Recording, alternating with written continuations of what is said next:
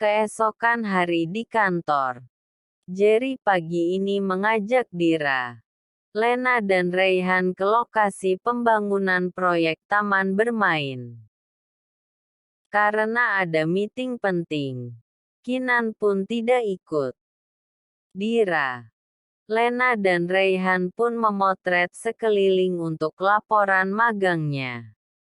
Jerry pun juga ikut mengontrol pembangunan taman sesuai dengan desain yang telah dibuat oleh Dira.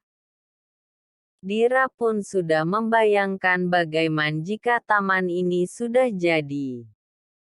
Jerry pun mencoba mendekati Dira yang sedang sibuk memotret dengan kamera handphonenya. Dira, kamu mau nggak abis ini kita makan siang bareng? Ajak Jerry. Boleh, tapi ajak 2 teman saya ya, Pak. Masak iya ditinggalin. Jangan panggil Bapak, dong. Saya ini masih single jadi panggil Mas aja ya. Pinta Jerry dengan genit. Hehehe iya, Mas. Jawab Dira. Aku nggak ngangka kamu punya ide jenius seperti ini. Sungguh luar biasa. Puji Jerry. Biasa aja kok Mas, kata Dira. Tiba-tiba datanglah Natasha yang sebenarnya memang memata-matai Dira. Natasha langsung mendorong Dira dengan sekuat tenaga hingga membuat Dira jatuh tersungkur di tanah berkerikil. Natasha keterlaluan banget sih lo. Sakit jiwa ya, lo, kata Jerry sambil membantu Dira berdiri. Lutut dan tangan Dira terluka. Iya, gue sakit jiwa. Emang kenapa? Kata Natasha dengan suara tingginya. Pergi sana. Dasar cewek aneh. Natasha pun segera pergi. Kamu duduk sini dulu ya. Aku ambil kotak P3K dulu di mobil. Kata Jerry sambil membantu Dira duduk di kursi taman lalu berlari menuju mobil untuk mengambil kotak obat. Lena dan Rayhan yang berada jauh dari Dira tidak tahu jika Dira telah terluka karena ulah Natasha. Tak lama kemudian Jerry kembali. Jerry berlutut lalu meneteskan betadin ke kapas dan mengusapnya pada lutut Dira. Dira pun merintih perih. Jerry pun meniup-niup lutut Dira supaya rasa perihnya berkurang. Jerry meraih tangan Dira dan mengobati luka di telapak tangan Dira lalu meniupnya dengan pelan. Kemudian Jerry menutup luka Dira dengan plester. Makasih ya, Mas. Ucap Dira lirih. Seandainya aku bisa merebut hati kamu duluan Dira. Kata Jerry sambil menatap dalam mata Dira. Dira pun tertegun mendengar pengakuan dari Jerry. Tapi nggak usah kamu masukin hati ya. Imbuh Jerry. Dira sudah menganggap Mas Jerry sebagai kakak sekaligus senior Dira. Maaf ya Mas, kata Dira. Iya nggak apa-apa kok. Ya udah kita langsung balik aja. Kamu tunggu sini dulu aku nyari Rayhan dan Lena dulu. Jerry segera bergegas mencari Rayhan dan Lena setelah bertemu mereka segera menghampiri Dira. Dira, lo kenapa? Tanya Lena khawatir. Lo abis jatuh ya, Dir? Imbuh Rayhan. Tadi ada buaya betina tiba-tiba nerkam gue. Celetuk Dira membuat Jerry tertawa kecil. Hah? Emang bener di sini ada buayanya, Pak? Tanya Lena penasaran. Iya. Buaya buntung. Celetuk Jerry. Lagu dangdut dong, Pak. Sahut Jerry. Udah. Ah. Kalian ini bercanda mulu. Cepat bantuin Dira jalan ya. Ayo kita pulang saja. Saya sudah pesankan makanan online khusus buat kalian bertiga biar diantar ke kantor. Wah mantul. Pak. Makasih Pak Jerry. Seru Reyhan. Mereka segera kembali ke kantor. Reyhan dan Lena memapah Dira untuk menuju mobil. Sesampainya di kantor, Jerry segera menemui Kinan di dalam ruangannya. Kinan pun menatap Jerry dengan tajam namun Jerry masih dengan gaya santainya tanpa dosa. Kenapa bro? Biasa aja lagi lihatnya, kata Jerry. Kinan segera menyodorkan handphonenya pada Jerry. Jerry kaget melihat foto-fotonya bersama Dira. Lo siapa yang kirim foto ini? Gue kan lagi ngobatin lutut Dira. Ken, kata Jerry mencoba menjelaskan. Emangnya, siapa yang ngirim lo foto ini? Natasha. Jawab Kinan singkat. Udah gue duga. Lo tahu siapa yang bikin Dira terluka? Ya si Natasha itu. Ken. Nggak tahu dari mana datangnya tiba-tiba dia dorong Dira sampai jatuh dan gue cuma bantu ngobatin luka Dira. Lo kayak nggak tahu Natasha aja. Lo lebih percaya sama Natasha daripada gue. Ucap Jerry dengan nada kecewa. Sorry, Jer. Makanya dipikir dulu sebelum bertindak. Mulut Natasha lo percaya. Kata Jerry yang kemudian berlalu pergi dengan perasaan kecewa. Sialan lo Natasha. Apa lo pingin perusahaan bokap lo? Gue bikin bangkrut sekarang juga. Gumam Kinan dengan kesal sambil mengepalkan tangannya. Dira, Reyhan dan Lena sedang asyik makan siang pantry bersama. Memakan makan siang spesial dari Jerry. Mahasiswa dapat makan gratis pasti seneng lah. Hehehehe. Pak Jerry baik juga. Segala macam dibeliin. Ada siomay, pisang goreng, es cendol dan pizza pula juga ini. Pizzanya boleh ya gue bawa pulang? Pinta Reyhan dengan memelas. Bawa aja, Rey. Gue makan siomay satu porsi aja udah kenyang.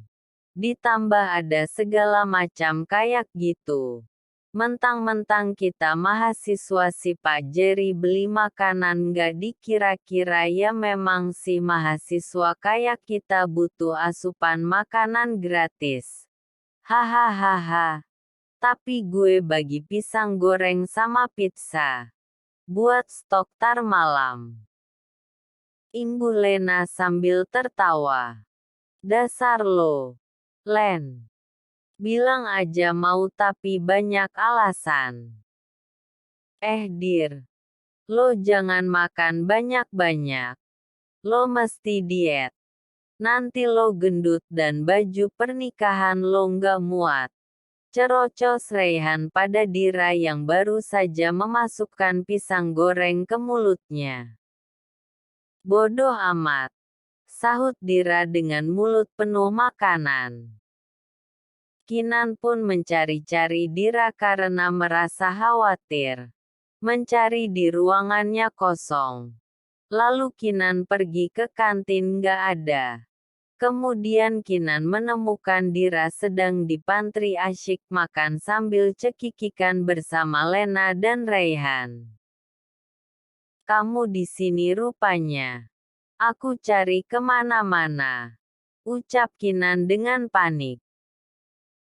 Melihat Kinan yang datang, Raihan dan Lena pun langsung jaga sikap berlaga sopan dan formal yang sekalipun mulut tetap penuh makanan. Siang, Pak.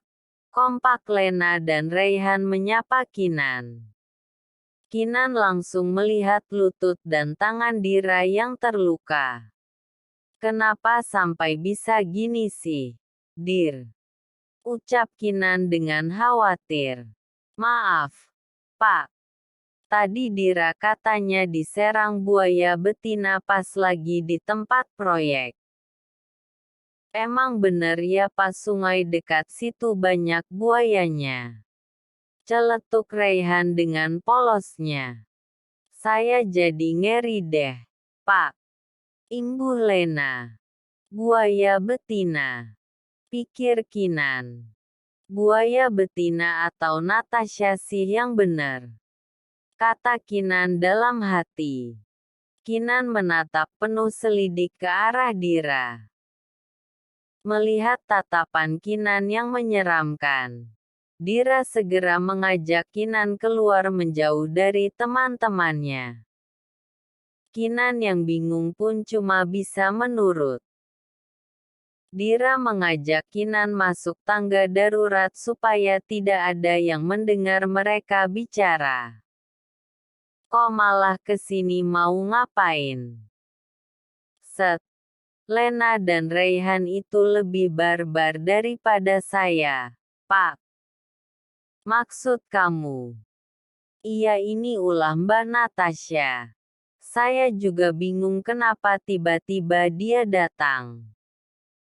Oh, jadi kamu ngatain Natasha buaya betina? Hehehe, iya, Pak. Kebetulan pas kejadian Raihan dan Lena nggak sama saya, jadi pas mereka tahu saya jawab seenaknya saja. Karena mereka itu juga sayang banget pas sama saya. Saya nggak mau mereka khawatir dan malah buat masalah sama Mbak Natasha. Meskipun barbar tapi mereka baik.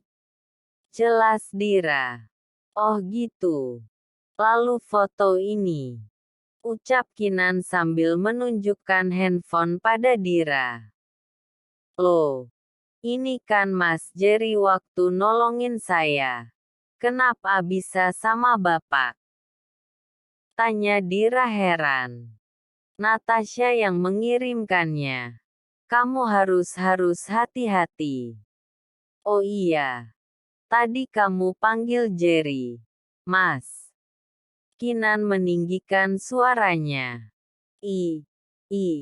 Iya. Pak Jerry yang minta, soalnya dia kan single dan belum nikah. Dia merasa tua kalau dipanggil Bapak. Kata Dira dengan terbata-bata karena melihat wajah Kinan yang sudah marah. Kamu panggil dia, Mas. Tapi panggil aku Bapak. Aku calon suami kamu, Dira. Tapi kan kita sudah sepakat. Bapak cemburu? Tanya Dira dengan polos. Iya. Aku cemburu. Kamu nggak sadar dia suka sama kamu? Ucap Kinan dengan kesal.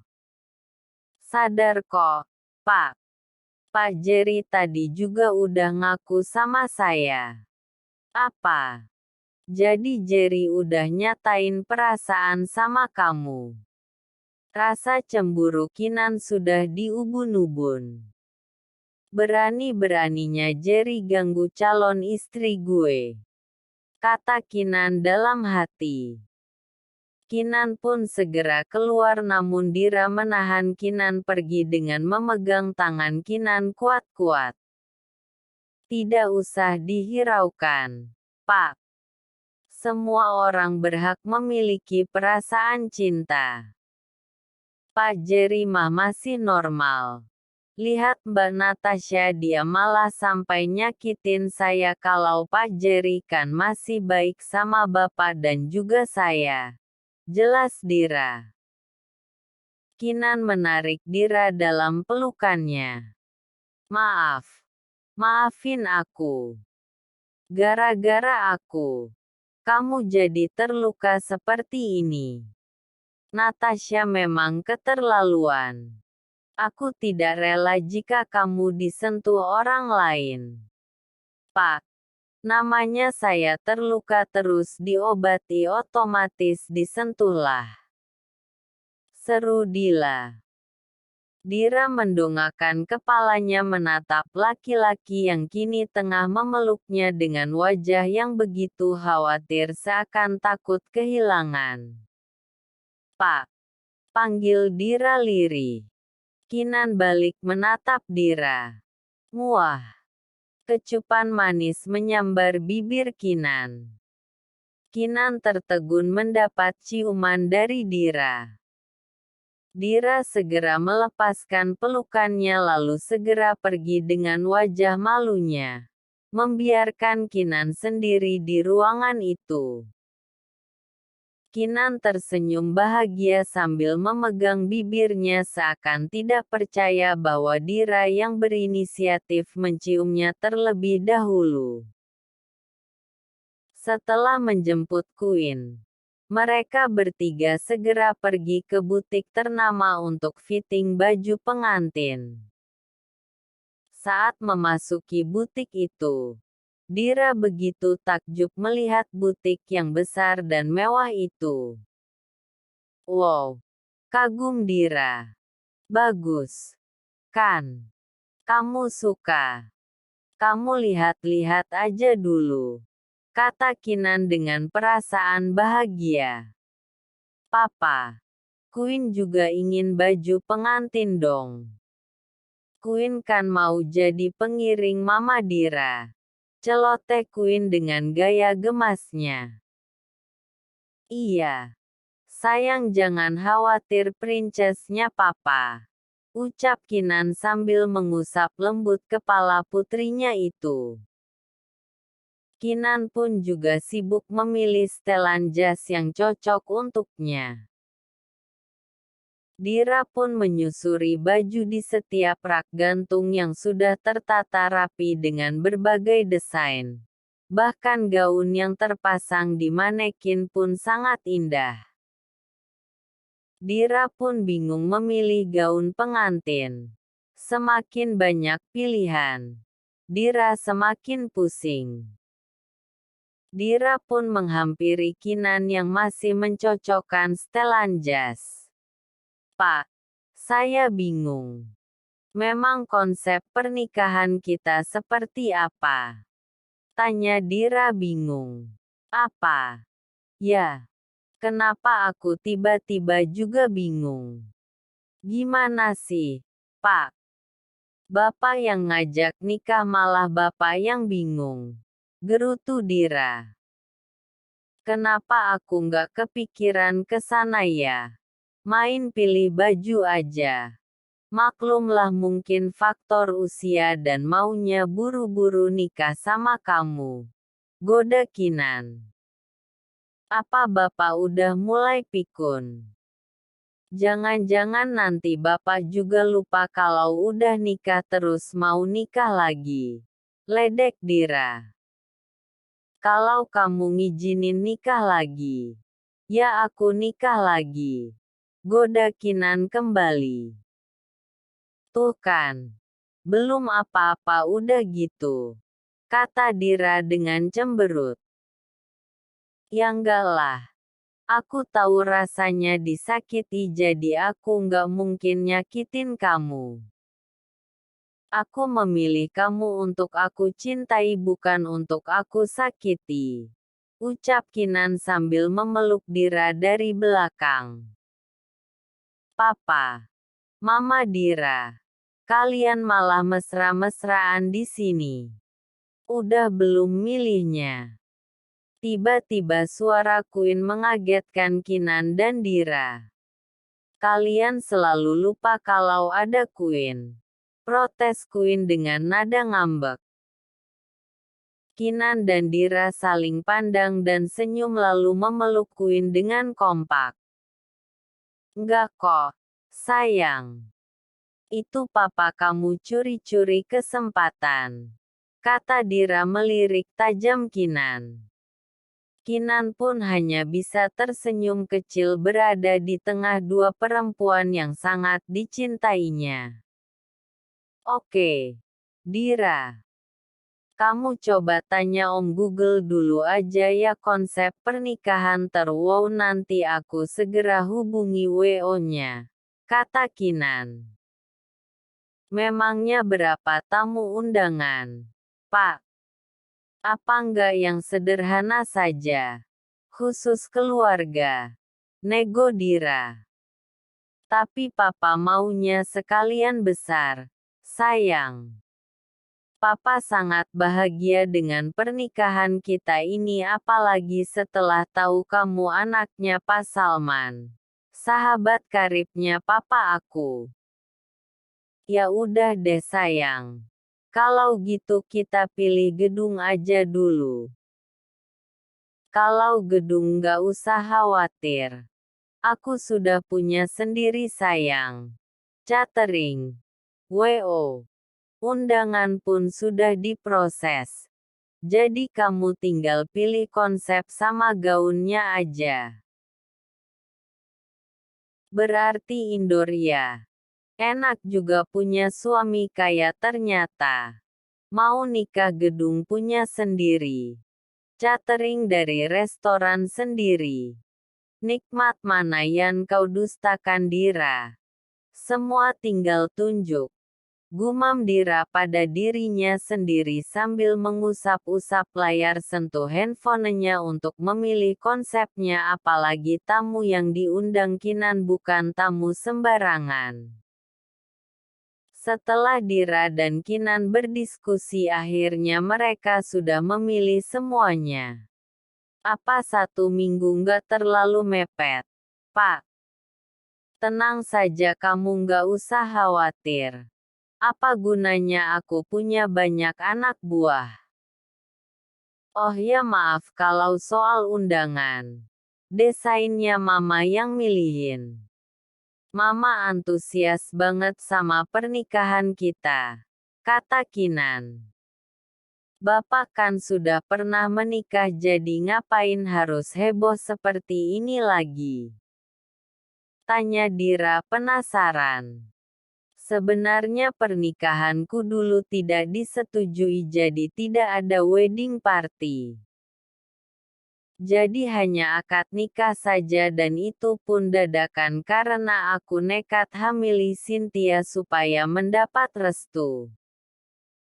Soalnya dulu papa ngotot jodohin aku sama kamu tapi waktu itu usia kamu masih 10 tahun dan aku 20 tahun. Jadi nggak mungkin aku menunggu kamu 10 tahun lagi untuk menikah. Supaya mendapat restu dari mama sama papa. Tapi ya gitu ceritanya. Yang pernah ceritain itu ke kamu. Perjalanan cintaku nggak semulus yang orang pikirkan dan sekarang jodoh aku yang sebenarnya ada di depan mata aku. Cerita Kinan pada Dira. Dira pun menggenggam tangan Kinan dengan erat. Mencoba meyakinkan Kinan. Kalau kamu belum yakin, kamu boleh mundur. Aku ikhlas jika kamu menemukan kebahagiaan lain. Usia aku 30 tahun. Duda beranakan satu sedangkan kamu 20 tahun dan masih muda. Masa depan kamu masih panjang. Jangan sampai kamu menyesal. Ucap Kinan dengan sedih. Tidak akan ada penyesalan, Pak. Cinta itu akan tumbuh dengan seiringnya waktu. Hanya saja saya tidak menyangka kalau saya akan jatuh cinta dan menikah dengan seorang duda. Tidak pernah terlintas di pikiran saya tapi karena Bapak kaya raya. Saya sangat mau. Sekalipun Bapak aki-aki asal kaya raya pasti saya mau. gurau Dira dengan tawa lebarnya. Kamu ini matre ternyata. Singkat Kinan sambil merangkul Dira lalu mencium kepalanya sekilas.